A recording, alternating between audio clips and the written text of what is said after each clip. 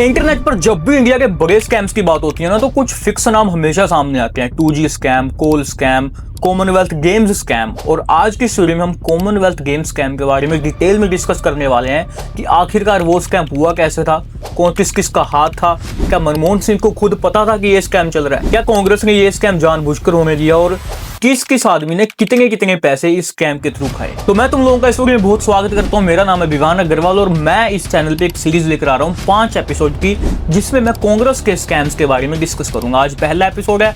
इस चैप्टर में हम डिस्कस करेंगे कॉमनवेल्थ गेम्स के बारे में कि आखिरकार इतना बड़ा स्कैम हो कैसे गया। Commonwealth Games scam. The Commonwealth Games scam. In the CAG report on the Commonwealth Games, November 2003 Commonwealth games federation announce करती है कि 19th Commonwealth games will be hosted by Delhi in India. और इंडिया के लिए ये सिर्फ एक स्पोर्ट्स इवेंट नहीं था, इंडिया के लिए था ये ग्लोबल वैलिडेशन, यानी कि दुनिया हमको जानेगी कि हम भी राइजिंग पावर हैं, कि हम भी कर सकते हैं। जो मूवमेंट होता है ना, वो मूवमेंट था इंडिया के लिए। इस इवेंट का शुरुआती बजट रखा गया 1620 करोड़ और टाइम मिला 7 साल। नवंबर 2003 में अनाउंस कर दिया था कि इंडिया होस्ट करेगा और 2010 में होस्ट करना था। तो पूरे 7 साल दिए गए इंडिया को कि भाई तुम तैयारी कर लो इवेंट के लिए। 7 साल बहुत टाइम होता है। यहीं पे सारी दिक्कत शुरू होती है। इंडियन सरकार ने गेम्स ऑर्गेनाइज कराने के लिए कमेटी बनाई। कमेटी का नाम था ऑर्गेनाइजिंग कमेटी ऑफ CWG 2010। इस कमेटी के टॉप लोग के नाम समझ लो। चेयरमैन थे सुरेश कलमाडी, सेक्रेटरी जनरल थे ललित भनोट और डायरेक्टर ऑफ जनरल थे VK वर्मा। इस कमेटी के पास पावर थी कि वेंडर सिलेक्ट करने, कि किस किस वेंडर को कौन सा कॉन्ट्रैक्ट देना है, टेंडर फ्लोट करने मार्केट में कि हाँ भाई टेंडर आ गया, ताकि कंपनीज फिल आउट कर पाए, बिल्स को अप्रूव करना, जब भी कोई बिल आएगा उसको अप्रूव करना, ताकि उसके बाद सरकार फंड्स रिलीज कर पाए और उन कंपनीज को पैसे जा सके। यानी कि इस कमेटी के पास पूरे इवेंट ऑर्गेनाइज कराने की पावर थी। और अगर कोई भी बिल अप्रूव हुआ है तो इनकी सहमति के बिना कोई भी बिल अप्रूव नहीं हो सकता। अब 2003 से सीधा 2008 पे चलते हैं। जैसे किसी भी सरकारी काम का होता नहीं तरीका कि यार बहुत टाइम है, कर लेंगे। हम भी जब पढ़ने लगते तो यही करते हैं ना, भाई अभी बोर्ड्स में बहुत टाइम है, अभी साल पड़ा है, जब फरवरी मार्च का महीना आएगा पढ़ लेंगे। तो सेम ही काम सरकार ने करा। 2003 से 2008 तक आ गया और अभी भी सरकार ने कोई मेजर काम नहीं करा। फाइल्स मूव होती रही, अप्रूवल लेट होते रहे और ग्राउंड पे काम और स्लो होता गया। कॉमनवेल्थ गेम्स शुरू करने से पहले एक ट्रेडिशन होता है जिसका नाम है क्वींस बैटन रिले।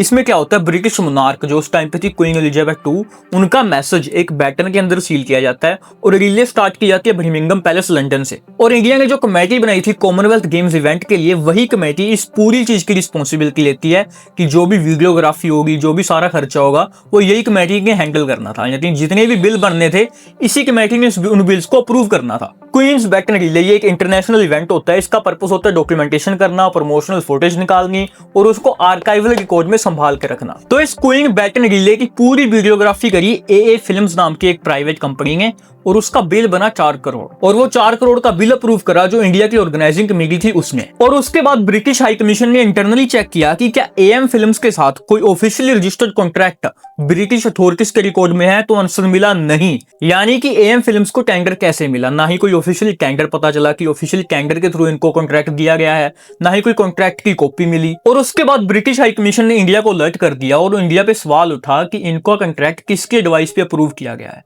इनकी रेकमेंडेशन किसने दी थी। तो ऑर्गेनाइजिंग कमेटी ने कहा कि AM फिल्म्स का सजेशन लंदन में इंडियन हाई कमीशन से आया था।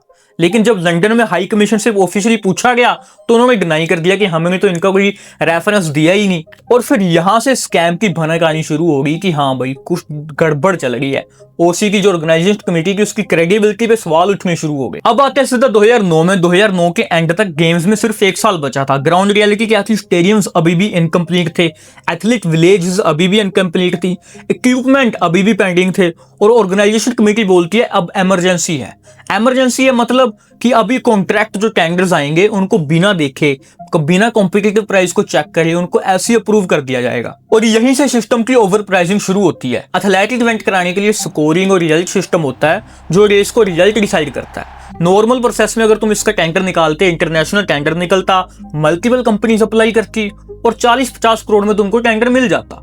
और बजट भी 1650 करोड़ का दिया था कॉमनवेल्थ फेडरेशन ने टोटल। तो 40-50 करोड़ में ये काम बन सकता था, बट ऑर्गेनाइजेशन कमेटी ने क्या किया, टेंडर निकाला ही नहीं, एक सिंगल वेंडर को सीधा नेगोशिएशन करके उनको कॉन्ट्रैक्ट फड़ा दिया और उनको कॉन्ट्रैक्ट अप्रूव कर दिया। जो चीज 40-50 करोड़ में हो सकती थी उसको इमरजेंसी का नाम देकर 140 से 150 करोड़ में उनको टेंडर पकड़ा दिया। यहाँ तो सीधा 100 करोड़ का घपला किया। और उसके बाद तुमको और बताता हूँ, जो टॉयलेट पेपर 200-300 का आता है उसको सीधा 3000-4000 का लिख दिया।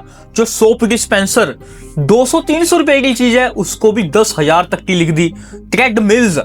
ट्रेडमिल इन्होंने लिखा 10 लाख पर यूनिट रेंट की रेंट दे रहे हैं, हम खरीद नहीं रहे ट्रेडमिल्स को, 10 लाख पर यूनिट उसका रेंट दे रहे हैं। और ये सब अप्रूव किसने करना था, ऑर्गेनाइजिंग कमेटी ने। ऑर्गेनाइजिंग कमेटी ने अप्रूव किया, इनको फंड्स मिल गए सरकार की तरफ से। बट अभी तक सब सही चल रहा था, किसी मीडिया को पता नहीं चला था कि ये स्कैम चल रहा है। अब सीधा चल के 23 सितंबर 2010 में बीबीसी पब्लिश करता है एथलीट विलेजेस की फोटो, और गेम्स में सिर्फ 10 दिन बचे थे और ओसी का रिस्पॉन्स क्या आता है ये फोटोज देखने के बाद कि काम आधा अधूरा है, अभी भी वहां पे बहुत ही गंदगी है। तो ओसी रिस्पॉन्स करती है कि ये कल्चरल डिफरेंस है, मतलब तुमने कहीं तो काम पूरा नहीं करा और जब तुम इंटरनेशनल मीडिया तुमसे पूछता है भाई क्यों नहीं करा तो बोलते हो कि ये तो कल्चरल डिफरेंस है, हमारे यहाँ तो ऐसा ही होता है। It is if you talk that whether this room is clean or it is not the clean.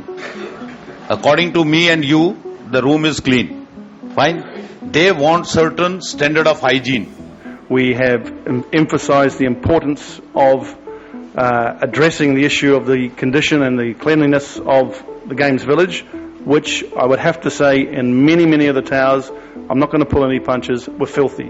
उसके बाद आराम से 3 से 14 अक्टूबर गेम्स कंप्लीट होते हैं। इंडिया का बेस्ट परफॉर्मेंस आता है इस गेम्स में, पब्लिक सेलिब्रेट करती है। बट उसके बाद पूरा इंटरनेशनल मीडिया और इंडिया के मीडिया से पूरा प्रेशर आना शुरू हो गया था कि भाई ये इवेंट में जोल हुआ है। तो उसके बाद इन्वेस्टिगेशन एजेंसी को काम पे लगाया जाता है और इन्वेस्टिगेशन एजेंसी अपना काम शुरू करती है। उसके बाद निकलती है CAG की रिपोर्ट और यहाँ पे पता चलता है 2011 में पब्लिश हुई थी कि इसमें क्या कुछ निकाला। इन्होंने आर्टिफिशियल अर्जेंसी पैदा की। ये काम आराम से 7 साल में कर सकते थे, बट इन्होंने जानबूझकर लास्ट मिनट तक ले गए ताकि इमरजेंसी के नाम पर ज्यादा से ज्यादा टैंकर का प्राइस बढ़ा सके। अप्रैल 2011 में CBI चार्जशीट फाइल करती है। पकड़े जाते हैं अक्यूज्ड सुरेश कलमंडी, ललित भनोट, VK वर्मा और इन पे चार्जेस लगाए जाते हैं क्रिमिनल कॉन्स्पिरेंसी के, चीटिंग के, करप्शन के। बट तुमको एक एक्साइटिंग बात बताता हूँ, कलमांडी जी जेल जाते हैं बट सिर्फ 9 महीने के लिए।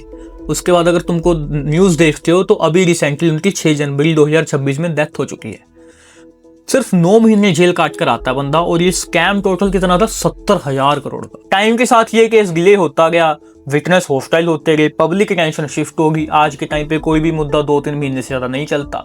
इतना बड़ा स्कैम था इसलिए 3-4 साल चला। बट आज के टाइम पे जनता भूल गई है कि कांग्रेस ने कितने बड़े बड़े स्कैम करे थे। 2020 में एक RTI बताती है कि लगभग 50 केस अभी भी पेंडिंग है इस चीज के रिलेटेड, CWG स्कैम के रिलेटेड। इसका मतलब पैसा लार्जली रिकवर नहीं हुआ और अकाउंटेबिलिटी डिलीट होगी। ना तो वो पैसा रिकवर कर पाए जो इतना ज्यादा पैसा खराब करा सरकार का, और किसकी अकाउंटेबिलिटी है उसको भी नहीं साबित कर पाए। तो ये हमारा जुडिशियल सिस्टम भाई। कॉमनवेल्थ गेम्स स्कैम सिर्फ एक आदमी का स्कैम नहीं था, ये स्कैम था पूरी सरकार का। कैसे कि अगर तुम सिर्फ एक आदमी के हाथ में इतनी पावर दे देते हो तो वो कितने गलत काम कर सकता है। अगर तुम उसके ऊपर पूरी सुपरविजन नहीं रखते तो वो इंडिया को बेच के तक खा सकता है। अगर तुमको वीडियो पसंद आई हो तो मेक श्योर टू लाइक। अगर तुमने यहाँ तक देखी, आई डोंट नो कोई देखेगा नहीं देखेगा, बट मैं रियल मुद्दों पे बात करता हूँ, इमोशन के साथ नहीं बात करता, तुमको डेटा के साथ सब कुछ बताता हूँ। तो मेक श्योर करना कि तुम चैनल को सब्सक्राइब करते हो, क्योंकि डेमोक्रेसी सिर्फ वोट से नहीं समझ से मजबूत होती है।